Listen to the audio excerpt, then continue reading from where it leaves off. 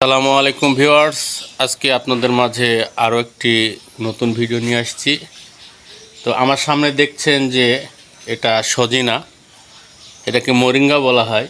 তো সজিনা হচ্ছে অত্যন্ত একটি পুষ্টি সমৃদ্ধ আমাদের সবজি। এই যে দেখেন বাড়ির উপরে যে গাছ আছে এবং সে গাছে কি পরিমাণ সজিনা ধরে আছে। এবং সজিনা এমন একটা সবজি যেটা বাজারে সবচেয়ে বেশি দামে বিক্রি হয়।